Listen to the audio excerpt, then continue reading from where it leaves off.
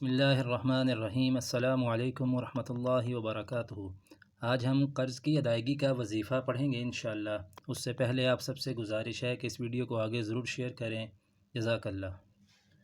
اللہم اکفنی بحلالک عن حرامک واغننی بفضلک عمن سواک۔ اے اللہ، کفایت کر مجھ کو اپنی حلال روزی سے، بچا کر اپنی حرام کردہ روزی سے، اور بے پرواہ کر مجھ کو اپنے فضل سے اپنے ما سوا سے۔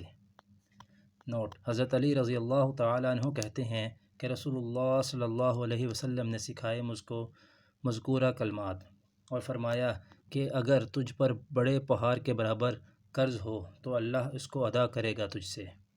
قرض کی ادائیگی کے لیے یہ وظیفہ 3 بہدف ہے، اور کیوں نہ ہو زبان رسالت صلی اللہ علیہ وسلم سے یہ کلمات نکلے ہیں کہ ان کلمات سے اللہ بڑے پہاڑ کے برابر قرض ادا کر دیتا ہے۔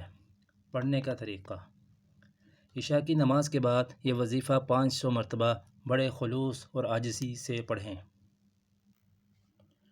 جاری رکھیں یہاں تک کہ قرض ادا ہو جائے۔ جتنا یقین کامل ہوگا ادائیگی کا سامان اتنی ہی جلدی مہیا ہوگا انشاءاللہ۔ جزاکم اللہ خیرا۔